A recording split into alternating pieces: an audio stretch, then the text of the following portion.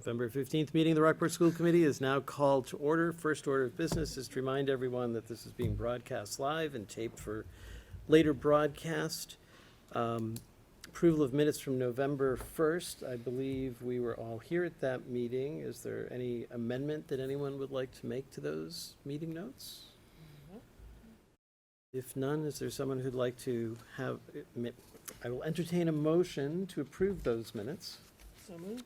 Second? All those in favor? Aye. Aye. There's no one in the audience tonight, so there's no public comment. There's no correspondence, no personnel issues at this time, so that moves us right to the student advisory rep. So we have Eric Drost with us tonight. So Eric, the floor is yours. All right, so for the high school, our fall sports have just finished wrapping up. The boys soccer finished 10th in Division 5 and qualified for the state tournament. And we won our first state tournament game against Pioneer Charter of Science 2-0 and unfortunately lost in the round of 16, 0-1 to Burke High School. We had many players nominated to all-star teams across all the sports. And looking forward, we have a dodgeball, staff and student dodgeball game on the half day right before Thanksgiving. We have a jazz performance at the Shaylin Lou at 6:30 p.m. on the 28th, and on the 29th we have a small ensemble and a cappella choir at the Shaylin Lou at 6:30 as well. And looking beyond that, we have the NHS talent show at 7 o'clock in the high school auditorium on December 8th. Looking forward to that. The middle school, some of the high schoolers have worked with the 7th graders over the last week in a workshop on creating a culture of respect and belonging, and we'll be meeting again tomorrow with some more of them to continue that process. Local professional singer and songwriter Chelsea Berry invited the Rockport Middle School chorus students to record a special session at Bang a Song Studios for her upcoming winter and holiday album. And for the middle school, their last run club meet of the fall was this past week. They'll resume up in the spring. And the PTO fair is this Saturday at the high school gymnasium. Ooh, that's exciting. So And I think since our last meeting, Xanadu has concluded. I heard no one went off the end of the stage on their skates, which is a great thing. Heard the drummer for the performances needed a little work, but Yeah, Xanadu went great. I saw 2 of the 3 shows, and everything went smoothly. excellent. And Mr. Chair, I don't want Eric to gloss over. I do want to pause and highlight the work that the upperclassmen did with the middle schools. You did a nice job talking through that. Were you part of the team? I wasn't last week, but I am going to be attending the one tomorrow. Okay, so this is part of the initiative that Principal Rose has brought in with our partnership with Northeastern and the Addressing Hate. And as we've talked about a 6 to 12 feel, it's been one of those nice moves where we can leverage having older students learn leadership skills, demonstrate leadership skills, and really talk about the culture of belonging that we'd like at all levels at that school. So I just think that's a really nice opportunity. And for students like Eric and some of his peers who have leadership aspirations or are already leading in different ways, this is just another opportunity to let that sort of filter down into our middle school and really hopefully positively impact the culture. So thank you to Ms. Rose for coming up with that idea. Thank you to Eric and his classmates for leading by example with our younger students. I think it's important. Yeah, very much so. Thank you, Eric. That was a great report. I would move us to our subcommittee on policy and procedure. I know we have no first reads, but we have some seconds and some draft policies coming up. So I guess, Mark and Amy, would you like to take it away? Sure. Yeah, I believe tonight we have second read on a couple sections. Be getting to that shortly. Policy Subcommittee has met and finished our review of Section K, although I do believe we also have 2 of those policies that we'll be discussing as a committee tonight that we wanted input on. We'll bring that back probably, well, I guess we'll talk about that, but maybe bring it back to the Policy Subcommittee for further action. And we began another section on E, which Section E is regarding support services, maybe about halfway through that section. So we are definitely moving right along. It's a lot. Looking at our calendar, though, we have a plan to finish up, probably in the beginning part of next calendar year and go from there. Amy, you want to add a little? I just crossed my fingers. Oh, that's what it was, okay. I was Thought you were crossing waiting. fingers. Some of the policies that we have yet to look at are big ones, curriculum, students, personnel, and so we'll see how quickly we get through them. I think our conversations are really interesting. We have them always with the school committee in mind and the community in mind and history in mind, and it's very interesting to look at policies, many of which are over 20 years old, to think about what was going on in Rockport in 2002. And we just appreciate all of you doing your homework because there's so much to read, right, when we do a first or a second read. So I think we've been through D, H, and L and reviewed sort of what's in that. I don't know that there's much to talk about in D, H, L. Maybe save our time for the two we do want to talk about. So we'll pause for a minute and ask if there's a motion to accept and approve the clean versions of sections D, H, and L of our policy and procedures manual as presented in the drive. So moved? And seconded. All those in favor? Aye. Aye. Wonderful. So then that would lead us to draft policy KFC. Oh, KFC. So this is not the Kentucky Fried Chicken policy, much to my dismay on a late night. Let me just pull it up for everybody. So this is the use of community playground policy, extremely specific. What I would like to discuss or lead a discussion around tonight is whether it makes more sense to have a policy around use of school grounds or school facilities during the school day. So I can guess why this was a policy when it was put in place, but it's not just the playground. So my office is now located, and June's is actually in perfect location. June has the view of the tennis courts. So on more than one occasion, we've had to politely let people know, like, the tennis courts aren't open to the public during the school hours. You really shouldn't be walking your dog through the playground area and out into the soccer fields when our kids are out in the soccer fields during the school day. So the practice is that we have a closed campus to the public during this school day, but we don't actually have a policy that supports that. So the community has been wonderful, but I do anticipate somebody asking, who's telling us to do so. So my suggestion is that we ask, after discussion tonight, we potentially look at some best practice policies from other districts, have Alicia from MASC take a look at a policy around community use of the grounds and the facilities during the school day. So I'll stop talking and let you guys kick that one around. I think another issue, for me, one of the things I was thinking about is if students are after lunch going outside, and, sometimes walking around the track or having a few minutes to run around out of the track, if there's public out at the same time as all those students. And I know I think this is an issue that's coming up in a lot of districts, I know. So it's not just Rockport, but it's kind of a current issue with, school safety and. And we're spending so much time and energy and resources on locked doors and upgrade to key systems and card systems, camera systems, protocols for ins and outs with one door only, that to me, this is just an extension of all of that work.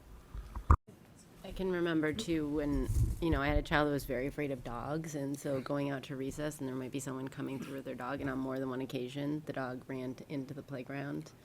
And that's not it might be totally fine, but it's not necessarily a safe situation for kids and could be scary for some kids. So I think that makes sense to me. I wondered if this might have been written at a time when there was a beautiful new playground and families in the neighborhood with very young children wanted to be able to use it, and if that's why we have that last sentence that lets the superintendent give an exception. But I think you could write a policy that would let the superintendent give exception for the playground that would still address the track, the soccer field areas where you might just not want folks there during the day. I don't feel like there's much of an argument for the reverse of this.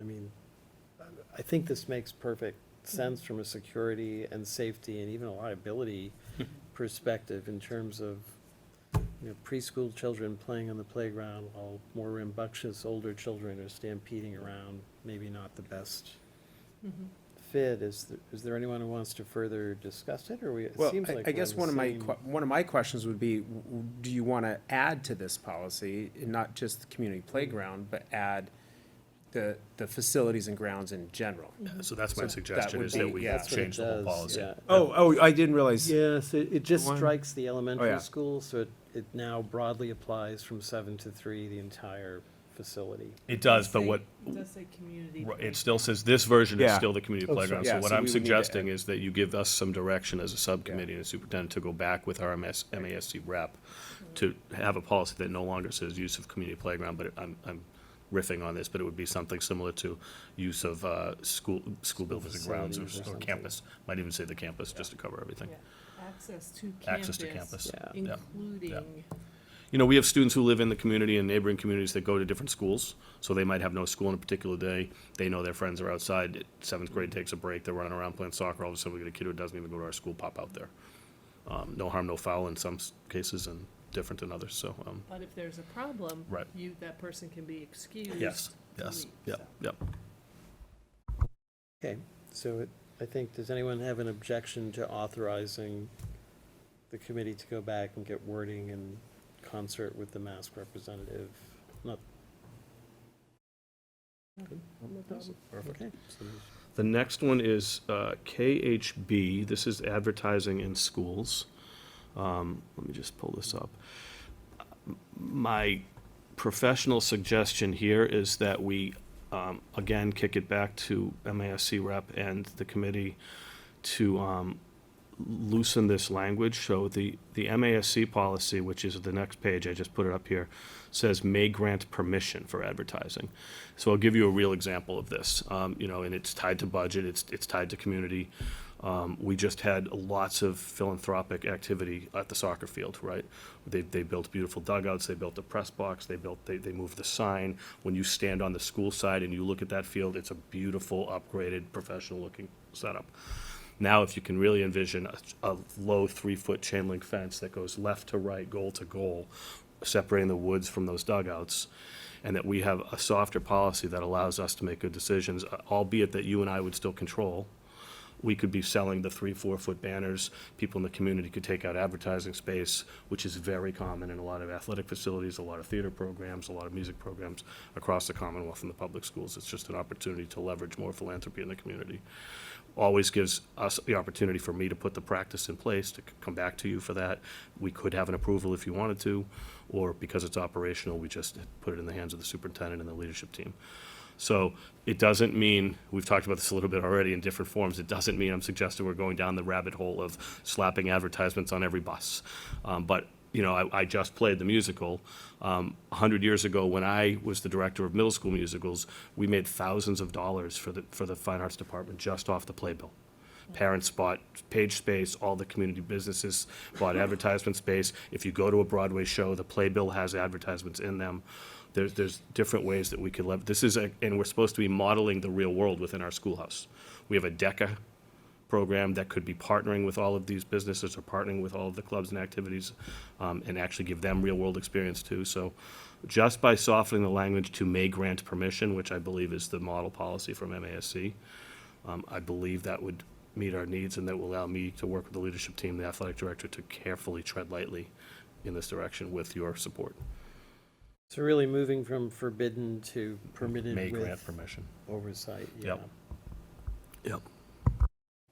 Thoughts?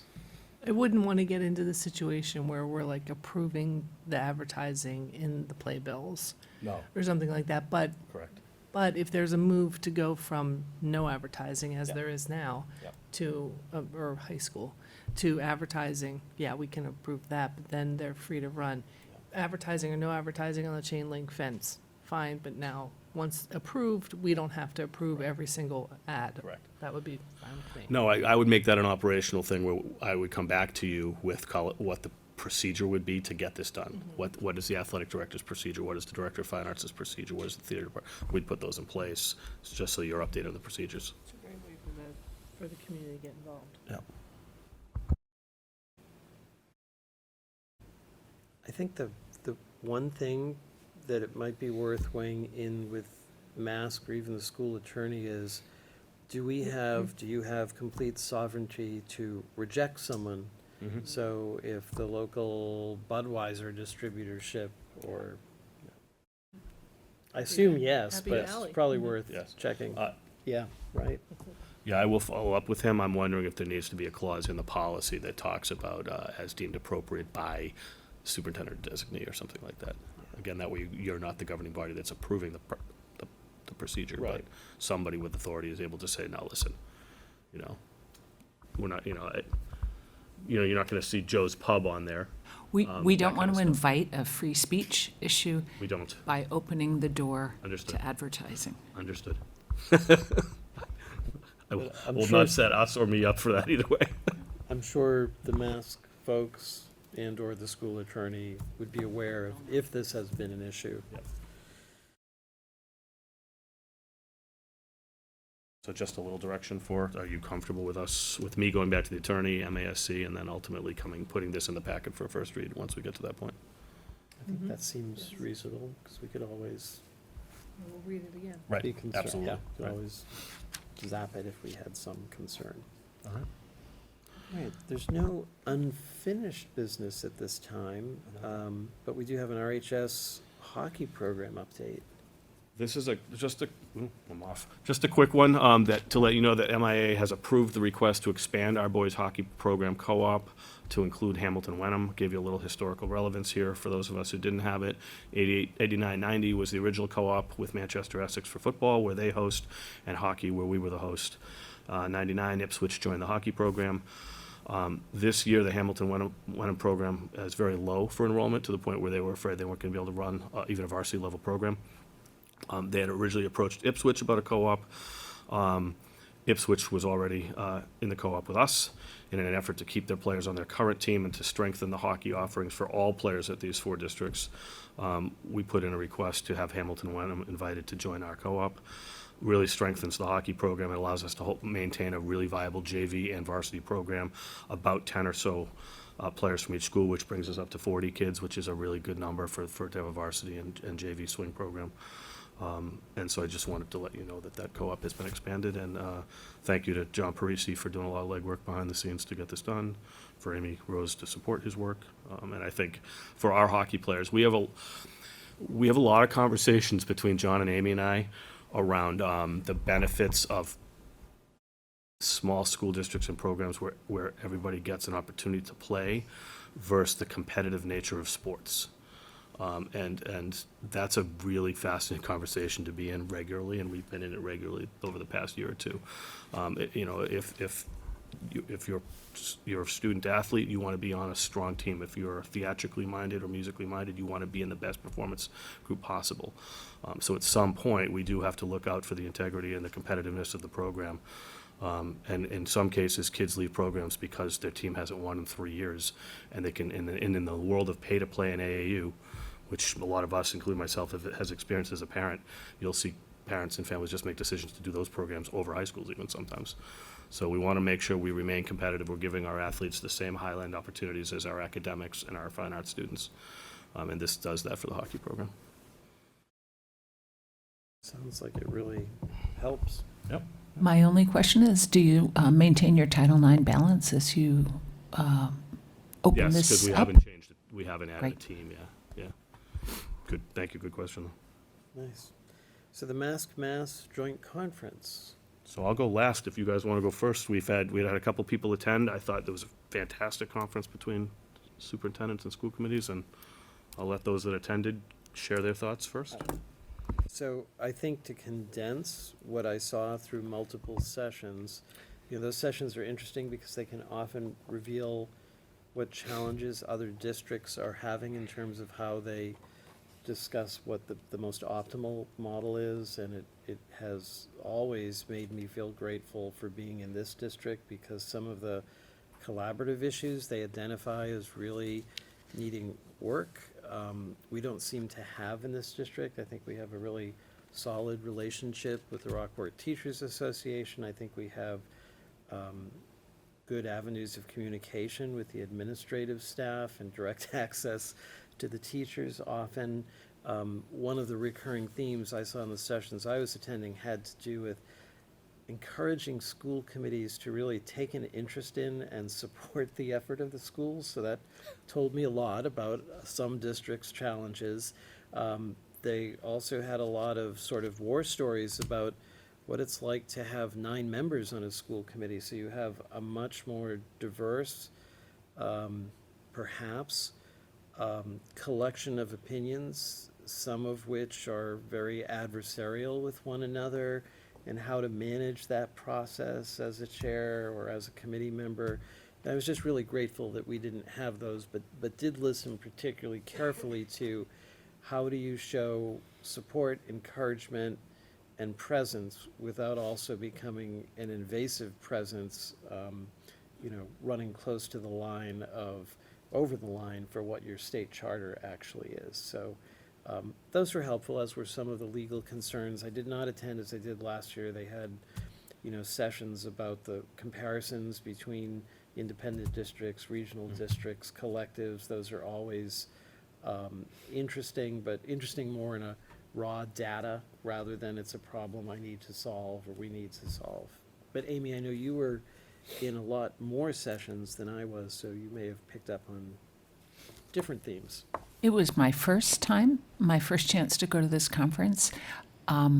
The first thing I would say is it's wonderful to see superintendents and school committee members coming together to learn together. I thought that was great. I also attended sessions about communications. I attended the legal update session. I attended Dr. Branco's session where he facilitated a conversation about multi-tiered systems of interventions, which was really excellent. I feel like we're on the right track with that instructional work. And I had a chance to hear the keynote speaker on Thursday afternoon, who is the same speaker who worked with Rockport teachers. Her name is Dr. Darnisa Amante Jackson. She is a ball of fire, and I hope our teachers have really enjoyed their time with her. And she seems like a great choice to carry messages around high expectations and instruction and equity. And she also had some reminders for school committees that change takes time. And one of our obligations is to make sure we provide a superintendent with time to make instructional changes. It takes a while to see results. And so I thought she was great, and I thought her message was great. And again, I appreciated the opportunity to attend. Amy, I wanted to add one other thing. I think a common theme running through the conference, and one that really resonated with me, was there's a lot of talk about if you're currently in a very homogeneous district, and we are, being aware of the issues related to diversity, equity, and inclusion, and understanding that it's a process for both the educators and the kids in the system. And it's not something, just because we're homogenous now, doesn't mean we shouldn't be working, focusing. And I know that was one of your, even coming into the district, one of your focuses. And I think being homogenous, you can look at that through different lenses. And there was a great legal update that addressed how important it is for students to feel safe in schools, and the implications that has. In this case, the legal update was, do schools have a duty to tell parents about conversations around gender identity that might happen in the counseling office? And the message is so loud and clear. We are obligated to provide safe schools for students, and that's at the heart of it, that feeling of safety. So I echo the partnership piece. For every great superintendent school committee relationship that exists in the Commonwealth, you don't have to look very far through the news to see that there's some that are not like that. And if you study leadership for a hot second, you'll know that no CEO should, no company does well in the world when the CEO turns over every 2-3 years either. So it's actually a bad model in organizational leadership in general. So I appreciate the balance that we have as far as the relationship. I think you see that on display when you go to a conference like this. And it's really evident when you see superintendents sitting at lunches or at sessions with their committees, or you don't. You see a whole bunch of committee members over here and a couple school superintendents over here. So that's fascinating sometimes just as a data collection person. There was a great session on staying on message, keeping your strategic plan at the forefront of the work. And so as we continue to have our SDI evolve, and we were going to hear a presentation around professional development tonight and how that ties to our core values and the work we're doing to move the district forward, that's important. And this concept of diversity, and to use your term, Amy, when we talk about like the small New England homogenized communities, we have to continue to identify diversity in Rockport the way it's identified in Rockport. It's not necessarily racial diversity, but there's all kinds of other identity makeups, ethnicity, adoption, political beliefs, family structures, military experience, food insecurities, disabilities, gender identity, education type, immigration status, housing stability, body shape. The list goes on, and we're using this with our teachers and with our internal community and stakeholders. So let's get on a feel for who our students are and who our families are, and how Rockport is defined by our own diversity. And that's a difficult but important conversation for people to have. So we're at the real beginning phases of some of this work when we talk about sense of belonging and cultural proficiencies in the classroom. But I'm really proud that we're taking the work on, and Darnice is going to be fantastic support to our district. So again, thank you for attending, and I think it's just another example of good partnerships working for kids. District professional development plans. All I right. think. Come on up.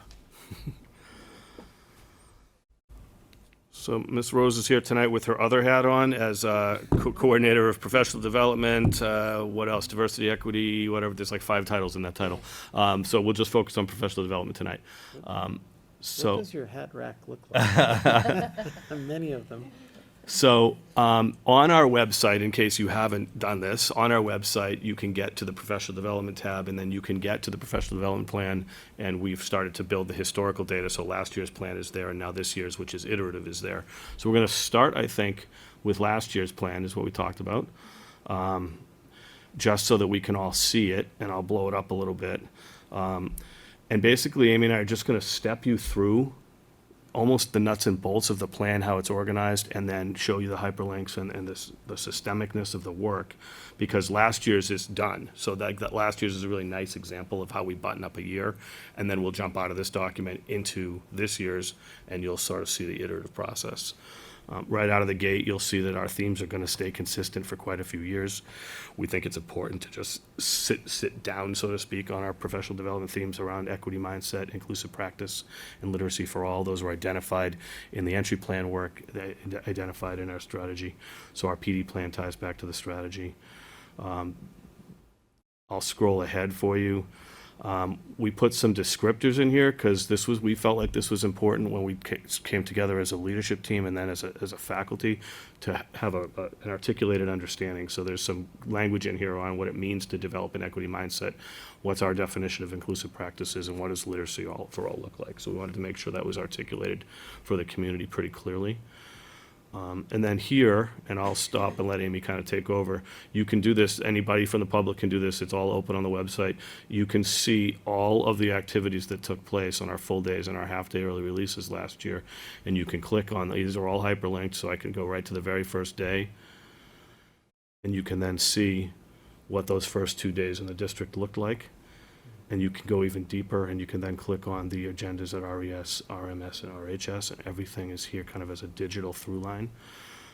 And so I'll take you to one that's probably a little more meaningful. So last year, this was a good day. We did a little ALICE training. We did a session on developing an equity mindset, and then we had an author in, Christy Whittlesley, who wrote a beautiful book called It's Okay to Say They. And so we had multi-levels of PD going on. And so Amy can kind of talk us through a little bit of what this was like that day, but I know, turn on. I know, it feels like an eternity ago, I know. It does. No. But, I mean, in terms of the plan in general, like, you'll see the way that it's laid out when you can click into each link, and we've been really purposeful this year about trying to combine, and last year, trying to combine as much as makes sense district-wide, so that there are common themes. Like in this case, we all got to see the same speaker, and on things like equity and inclusion, a lot of those things do make sense to do as a district. So the speaker and our work with Darnisa falls into the same category this year, where we did that as a district. There are other times where, like, when we get into this year's plan, there are certainly days where the elementary school is focusing on things like literacy, and we're doing more work on things that seem more relevant, but they're all, to us, which is all within the same themes. So if you click on each of them, I think last year's plan, we really wanted to just be able to give you kind of what a full picture looked like.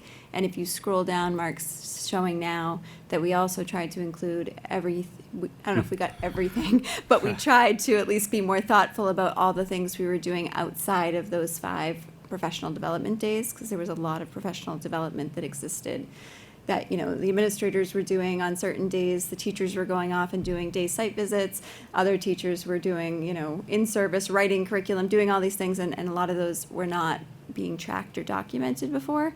So they, the public couldn't necessarily see those things. They didn't exist to them. So we really tried to document that better and have that all included in our final plan from last year. So, And when we talk here about outcomes, and not just outputs, like what are we doing, but what's the impact, this has really helped us, now that we've finished one full year, helped us really do some data analysis around, okay, the effectiveness of the PD when principals and assistant principals do classroom walkthroughs or hallway environment walks or check out the cafeteria. Are we seeing actual results within the schoolhouse of some of this work?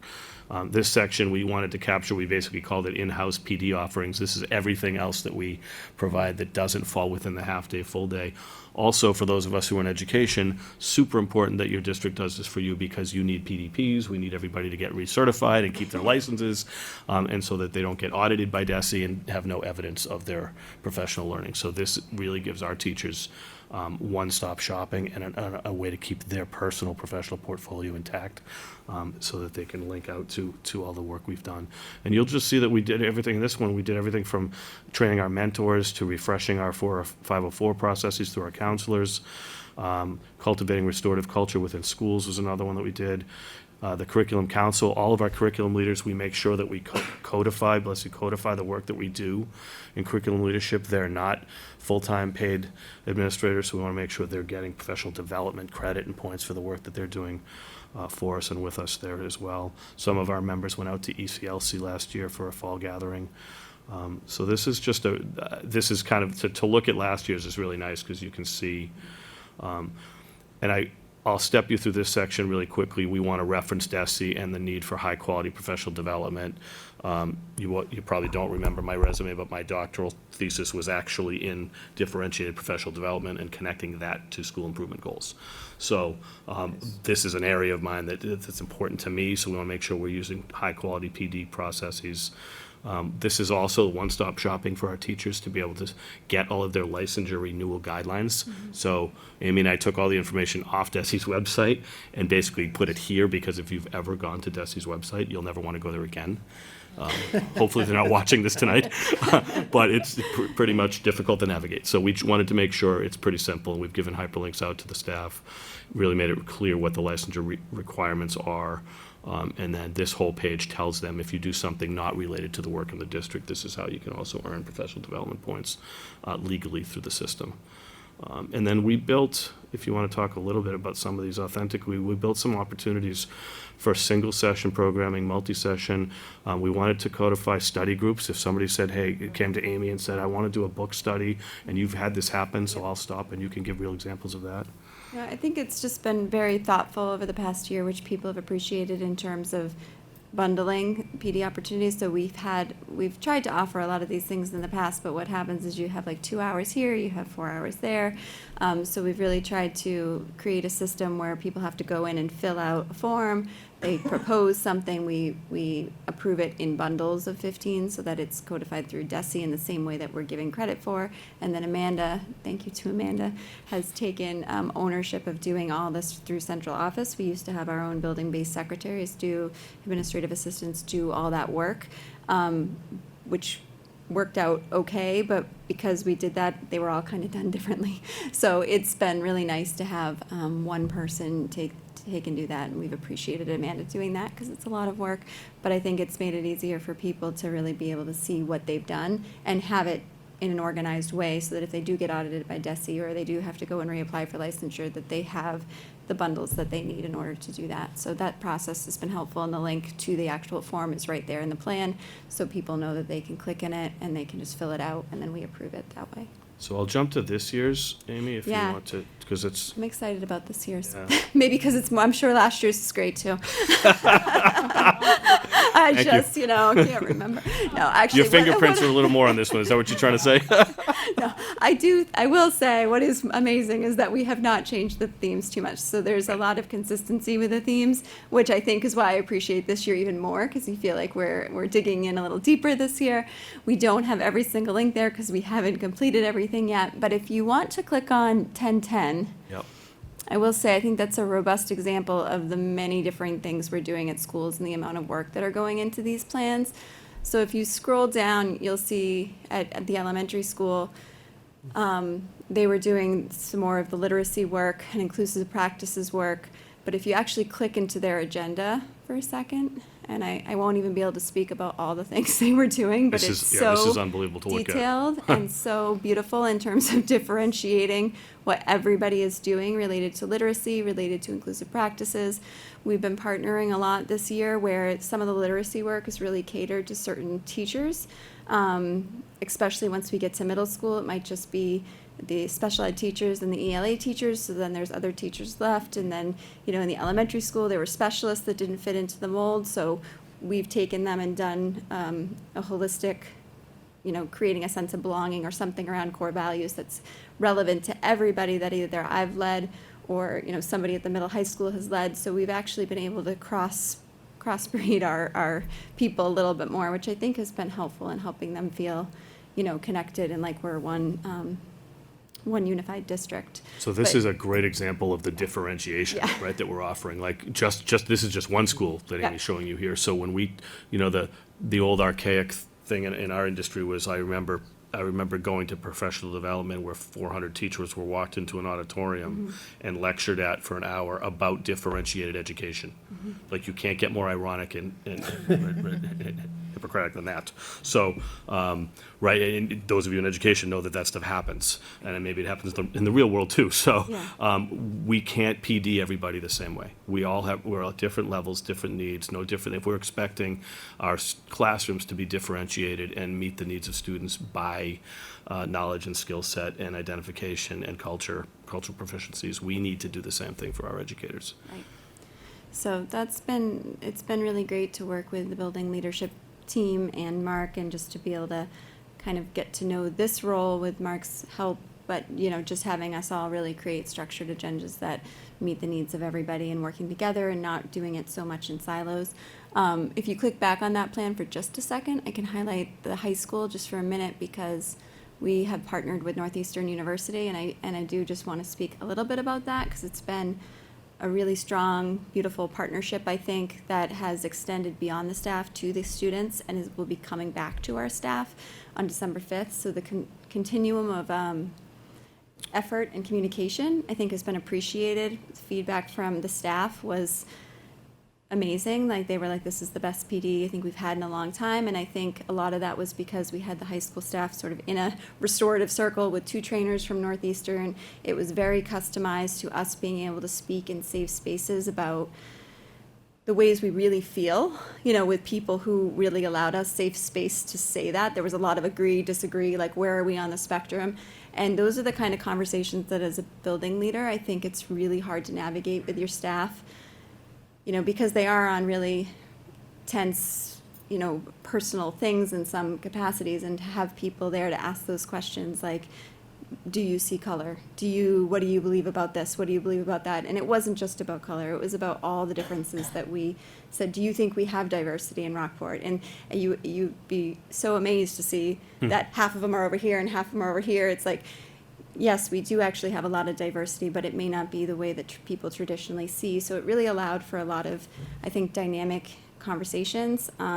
People were saying at the end, like, oh my gosh, we've worked together for 15 years and I didn't know this about this person, or I didn't ever want to really ask about this. So it was great. And then to follow up with that, we had a 2-day workshop with 35 of our kids. which the teachers were gracious. They're getting a little impatient with me, but they've been gracious about, getting kids out of classes to really do some meaningful work, which we've really appreciated. And then we're having the high school kids now, as Eric said, go back and try to infiltrate that into the middle school, but also the high school. And then on December 5th, the same trainers will be coming back to do more follow-up work with our teachers. So just really excited about that partnership, and I think it's been great. We've been going back and forth. They've been debriefing with us. They gave a voice to some of our kids who had some things that they wanted to be able to share with us about some of the things that they're seeing in our schools. So that's been a really powerful and important work. And even on that day before the Northeastern thing, Mark, if you just click on the gallery walk, it's just another example of, like, we had the high school staff, because Northeastern didn't start until 9:30. We had an hour. So we had them do a gallery walk and walk through the whole school and look at things like, what's the overall feel of the classrooms, the hallways and spaces? What's the setup of the desks? Does the wall decor support active learning? What do the posters look like on our walls? Do they reflect our kids?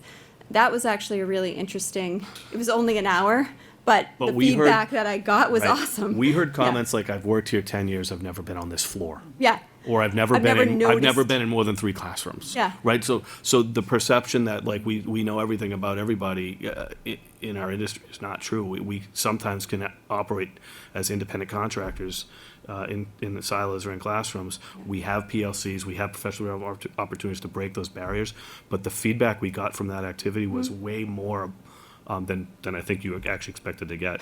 Well, and it's always awesome when they say it, because, you walk into classrooms all the time and it feels, and I get it, like, I mean, I try very hard not to just go in and be critical, but you want to say, like, the kids notice when they go into a classroom that's feels good, and, what does that feel like? And I know you're in there every single day, so sometimes it just feels like it is what it is, but it was great. So then what I tried to do was calibrate everything that the teachers said and then sent it back to all the teachers saying, here's what you all said about the work, and because it was so relevant, and, they noted things that could be done, with building and grounds that are relevant and really, really important, like painting the walls and upgrading some of our things, but some of the things we could fix almost immediately. Just the way we're arranging desks, just the way we're looking at some of the spaces. Some of them were then sharing ideas during lunch about this space, why don't you try this? And, they're excited about it versus feeling like it's one other thing that we have to do. And Amy's been great at modeling how to embed our new core values into the work, so you'll see it here literally embedded. But then as we have conversations, through PD and through other things that we're doing within the district, which core value does this connect back to? And so we're trying to make these come alive. It's going to take time because they're right hot off the press this year. But I think over time, to connect everything we're doing back to the strategy for district improvement and back to the core values is going to be really healthy for us. Yeah, and I've even, which has actually been a really fascinating exercise, using these core values as a self-reflection tool after we have things like team times or PD to say, so I'll have the teachers as their attendants fill this out and rate themselves. Like, I maintained high expectations for academic growth of all students during this conversation. I prioritize the social, emotional, physical, and I use the language and have them rate themselves 1 to 5 and then kind of put underneath, next time I think I could have likely shifted. And there was actually some really great feedback when I was reading after that. Some said, we did go down the rabbit hole of this and next time I need to be more that. And it's just, I think, getting them used to thinking about that language, and that's how we want them to think about kids, really doing that all the time so that then they can use some of those strategies to do with their students in their classroom. So that's just one example of one day.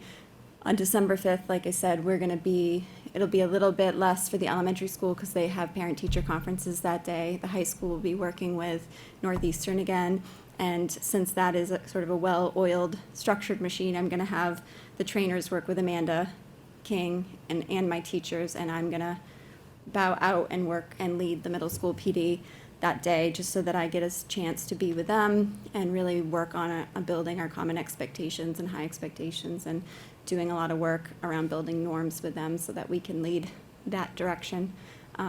So I think we have a lot of exciting PD this year. Just It's been super great. important that this team understands this. Like you, not just the document and the systemicness of the document, which is pretty cool comparatively, but really that when somebody stops you and says, oh my God, they're like on their 100th half day this year. Are they ever teaching? Or how come the kids are still in my house again? Like, and listen, I'm that dad, so I'm not, I'm reflective. My son went to school 3 days last week, I think, because there was PD and a holiday or whatever, right? So I can say it out loud too, and I'm in the industry. So we need you all to say like, hey, listen, this is where the work gets done. If you expect teachers to be better tomorrow than they are today, or your superintendent to be better tomorrow than he is today, they need professional development. They need to do courses, they need to do PD, they need to be collaboratively learning, and the majority of that learning needs to be tied to our district goals. That has to be the message people hear from you all. Yeah. And the think last, sorry. That's what's really encouraging about looking at the scope of this, the self-reflection, the self-analysis, but with the support of an external framework that's much larger than our own district. I mean, what's really encouraging about this is it's relevant professional development. I think for those of us who have been doing this for a while, professional development in some periods of our history have kind of slid towards things that perhaps aren't directly tied to what the district development plan is. So this really is a nice testimony to, no, there's a one-to-one correlation, and it's important work, and it's work that apparently is being well received. I mean, that walkthrough with the checklist to see what are you actually seeing in our environment, clearly it was, everyone gets into their own sort of rut, go into their classroom, teach. I mean, it happens in the outside world too, so having that ability to walk around with this sort of knowledge to perform this analysis, I'm sure that really energizes the people who are doing it too. Well, I think it helps them have a voice too. There's so much that's imposed on all of us. And I think just trying to re-energize, and the last thing I'll say, and then I'll stop talking, but is that I think the work with Darnisa has been, it was great. The keynote was well received, but also the leadership team has been working with her behind the scenes and really giving us some language and some things to bring back. And I love that because it sparks ideas for, this is really important. And part of her work, and she said it in the keynote, but she's worked with us on it, is creating the sense of belonging starts with adults first and starts with the teachers. And that's something that, I just emailed the middle school staff this morning, just sort of being like, I know, there's a lot of angst and there's a lot of stress, but like, I think that they need to feel like their purpose and their belonging is going to be nurtured along the way too. And that even though we do have to shift and we have to change and we have to model and we have to be there for the kids, like none of us can do that work unless we feel good about what we're doing. And if we're going to ask them to do more, we have to also be able to give them the skills and the PD to do it. So really taking that message to heart and building it back into the PD for the staff, I think will be really important. And, so far, I really feel like they do appreciate and see that, which has been nice. So. I was gonna say, you just mentioned the skills and the PD to do it. I think along with that, and I've noticed in some of the agendas, having the time to implement and to reflect upon what the teachers are learning in these workshops. And whether that's time for them to work, in whatever PLC team, horizontal teams, vertical teams, whatever, workshops. But I think that's really important too, because otherwise they go straight into the next day and it just gets lost kind of in the wayside. So, I just keep encouraging time for teachers to implement all of this. And I don't want to undersell, because we didn't talk too much about teacher-led PD. There was, if you dive into these documents, you're going to see a lot of teacher-led work too. So we have experts throughout the district. We have published authors. We have people with more letters after their name than me, with way more expertise than I do in a lot of areas. And so when we have a staff member who's a clinician lead PD around trauma-informed classrooms, that person has some clout and has some backing behind them, and they're also their colleagues. So when you can learn in that way, that is really impactful. And so as you dig into this, you're going to see hopefully more and more evidence over the years of us blending between consultants, leadership team members, and teachers leading the learning, and that's a really powerful way to learn too. And I think this year particularly we've honed in on a couple of, substantial PD people between the literacy and the equity work. But beyond that, we're putting the money and the funds and the attention into areas that we can kind of infuse over time that are really meaningful and powerful, but not just pockets of things that are all different. The rest of that time is really us bringing that message back and doing it ourselves as administrators, or having the teachers do it, which, again, I mean, the best feedback usually is when the teachers are up there sharing and excited about something that they've done that actually works. So we really have been building that in often, which is really great, because we have a lot of great teachers who are doing amazing things. So. Thoughts, comments? I just wanted to say this is amazing, and for me, not being an educator, just being able to look at this and see all the work. Obviously, we know that there's lots of work going in, and we hear about different things happening in the district, but it's really great for us to be able to sort of go in and see how it's all tying together. And I think it's something for us to really think about as a school committee, is how we do put the word out there as, you know, elected representatives about all of these things going on. I know at the really fabulous parent forum that Amy put on last night, there was a parent that asked, you know, so what is being done to support teachers in the classroom so that they can do their best work, or that they can, and this is, you know, examples of things upon things upon things. And of course, it doesn't happen overnight just because someone has PD, but it's a great example of how things are building on each other year over year, and how it's all connecting to our goals as a district. So it's great to have this, and I think, you know, we do need to think about how we're going to sort of respond to parents or community members who are curious and point them towards this or parts of this, or be able to articulate it well. So thank you so much for all this work, everybody. Yeah, it's amazing. Good. Thank you, Amy. Awesome. Okay. Thank you, guys. So that would move us to the fiscal year 25 budget development timeline. So, just a really broad timeline for tonight. We kind of did a backwards design on this. April 6th, one of the earliest town meetings in the entire Commonwealth. Thank you, Rockport. So if we can go to get that changed in the bylaws, in the charter, that'd be great. But it's, you know, we're 8 to 10 weeks into this fiscal year, and we're already digging in to the next one. So as we design this backwards, we're obviously looking for public presentation of the FY25 town budget, with the town administrator taking charge and a vote for approval there. So we back that out. So the real work has already begun. We actually have a leadership team meeting tomorrow morning. June has done a ridiculous amount of prep work for tomorrow morning, with the help of lots of support staff and the help of student services, and anybody else that can pull things together for her and with her, so that we can start a really careful conversation about what the budget will look like as early as possible. The target date here is going to be February 7th. That is your February meeting. I've already discussed this timeline with the town administrator, and we should be okay here. So the hope is to get to the public presentation when that's the first time it's in full book form, if you recall. Mm-hmm. So we want that in full book form that night. By then it's out there for people to have seen it in pockets. Up until that date, my plan is to do exactly what we did last year. As the budget book gets developed, I'm going to take snippets of it, embed it into the slide deck at the meetings, and we'll always have a placeholder for budget update. I think that worked well last year. I felt like you were part of the conversation, the process all the way through. And then ultimately the book will show on the 7th for a conversation, hopefully an approval for the proposed budget.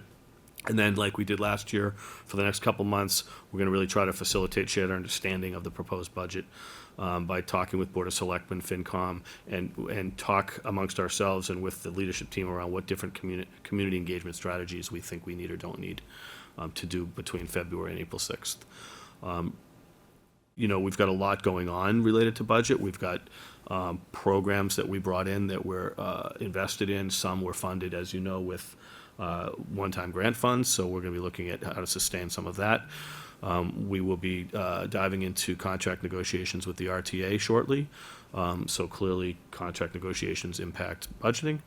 And then we'll discuss all the wonderful things around inflation and transportation and the other parts of doing business that will ultimately lead.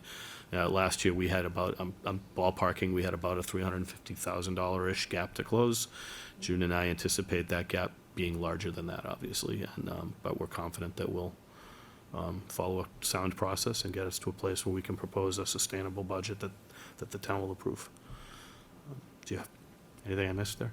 I think you covered it all. I think I think last year's style worked very well.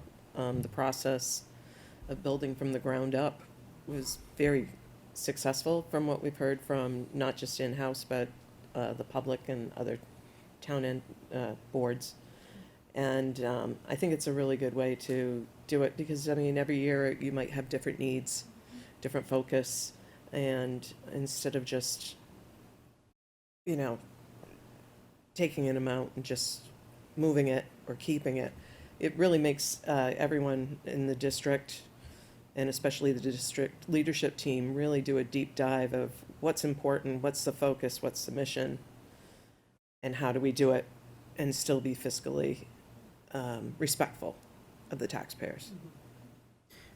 And Mark, we can assume in June as well that the participants in developing the budget, the administrative staff, so, I mean, this is just a great broad brush, this is Right. where we are, this is where we're going. Right. I'm sure they have a copy of this as well. Well, tomorrow morning is our first big budget kickoff, so it's gonna, Excellent. it's gonna go much deeper than this one line, obviously. Yeah, so we start tomorrow with, similar, so those of us who weren't here last year, similar to last year, I just sent it out today, I think, sent out basically a school-based budget development worksheet, for lack of a better term. Right. And they will all work on priorities and where you can make better fiscal decisions, where you need to make better programmatic and staffing decisions, all with the goal of right-sizing our district and still moving our district forward at the same time. So that's all happening in all of our leadership team meetings. There's gonna be a budget placeholder in the agendas moving forward. So all of that really happens from right now till February 7th. Yep. Department heads will be involved in that work. So you'll have content curriculum leaders, you'll have the whole leadership team. And then June and I will come back to you with updates. Looks like there are no questions, or it's pretty straightforward. Well, that's a wonderful segue right into the fund flow documents. I'm sure that was just a coincidence. So in your drive, you were shown the first quarter. I did make it October due to many situations that I've already explained in previous meetings, that September wasn't going to be able to give a decent document. So we used October 31st. I like what I see. I'm going to be the glass is half empty for a while, usually till spring. But I think you mean lifetime rather than. yeah. Well, usually I have that moment, in That's your June where role, I'm like, though. yay. But this, I do want to keep an eye on a few areas, and it's too early to really predict. For example, substitutes, the need for those. What's the volume going to happen from year to year? Are we going to, obviously COVID blindsided us and that you can't predict that. But as you get into the winter months, you can see patterns and make more educated projections on that line. We did have some planned yet unanticipated to the budget construction that we were able to do as far as some reorganizing office space and also our new front entry of the middle school, high school. And the great thing about that is because we are so thoughtful in our budget process, that wasn't something that we had to reach out to the town for. We were able to fund it ourselves. So it is reflected in the line unanticipated capital expense. If anything else is creeping in, that would of significant cost, facilities-wise, that would go there. The other one, obviously, it's way too early to predict our oil consumption for the year, and our electric. We did do our light replacement project that we had explained in prior, which will do savings, but we also must pay for those lights. So the electric bill will go up a bit, as we had discussed earlier in the year. However, we have not seen the first bill on that to see how the lights, the savings is happening.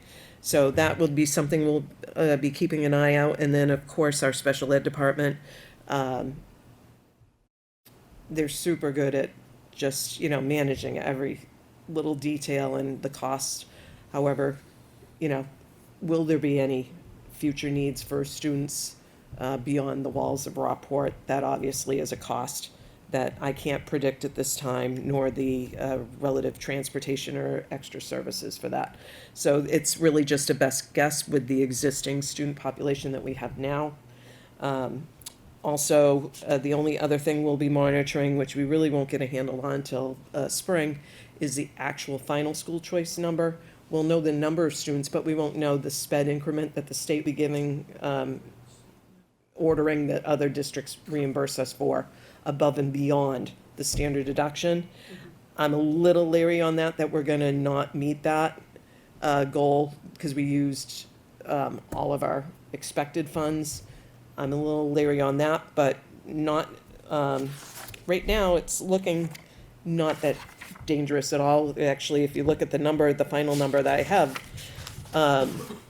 for surplus deficit, it's pretty much what it was last year at the same time. So with the help of the town with our sped reserve, which we also isn't reflected in here, if those additional student services are required, the town has that mechanism to assist us at town meeting.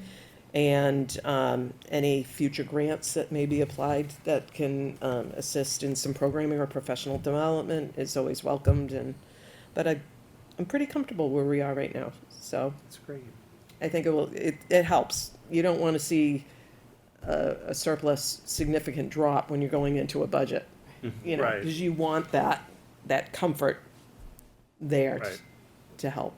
So for a first look, it's good. I think we'll have better data in December.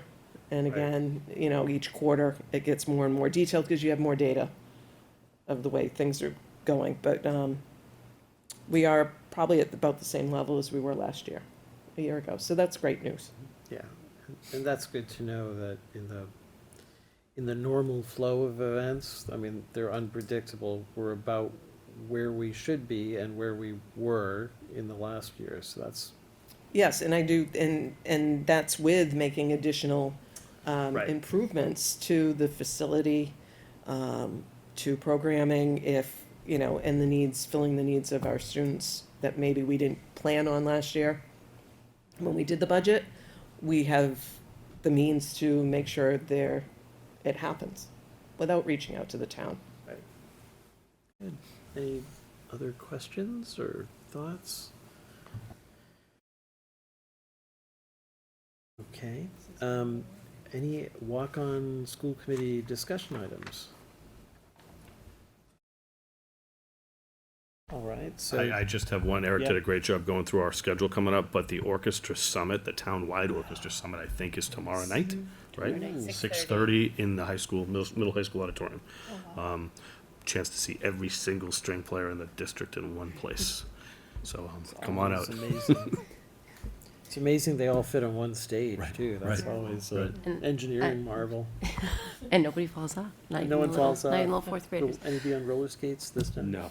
I just wanted to thank Amy Rose again for the parent forum that took place last night discussing becoming 6 to 12 school and sort of how that looks for our middle school students particularly. I think Mark and I were both there, and she did a great job, and really she's a great communicator in general, but sort of making people feel comfortable, taking questions, answering people's questions, and then letting people know that there'll be a lot more communication to come and how she plans to do that. So it was great, and the entire admin team was there. Whitney Day, Amanda King, John Parisi was there.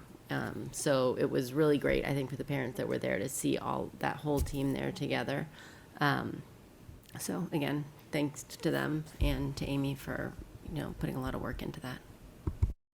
Nicole, what was the feel of the meeting of the parents that were there?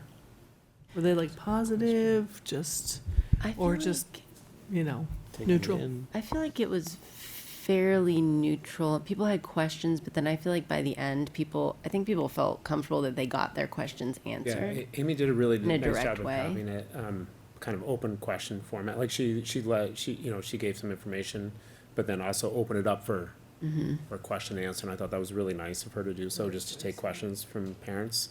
Yeah. And she was, in the answers, she went in really depth to some of her answers, and I think the parents really appreciated that. So we do have a need for executive session for the purposes of contract negotiation. We won't be returning to open session and debating after that. We won't be making any decisions.